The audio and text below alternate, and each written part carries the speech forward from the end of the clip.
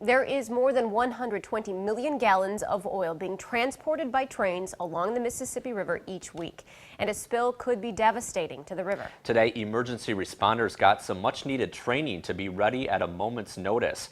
News 8's Kyle Dipke joins us now from the newsroom with how they're working to be prepared.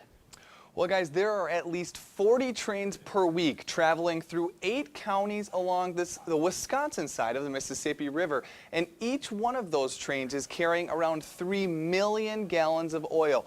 Today, local, state, and federal agencies teamed up to make sure if any sort of that oil ends up in the rivers, they're prepared to contain it.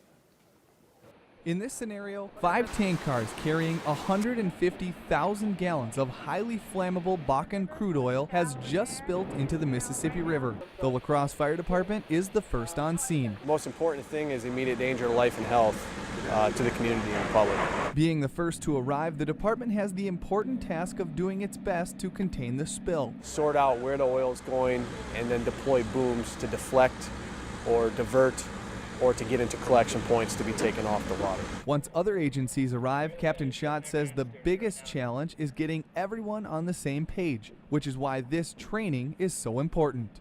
Planning, training, exercising is the key to protect the Mississippi River. When an emergency happens, you don't have time to sit down and plan. You need to respond immediately. Ed Culhane with the Wisconsin DNR is one of the leaders and organizers of the training. He says there are more than 100 people, all from different agencies, and everyone needs to be working together to lessen the impact on the environment. So communication is key. Some of the things I saw, I thought it went pretty well. I did see some communication issues, that we're going to need to work on. That's very much to be expected in a situation like this. Captain Schott says things went better than he expected. Good communication and planning, I think, made it a lot easier for this to go off.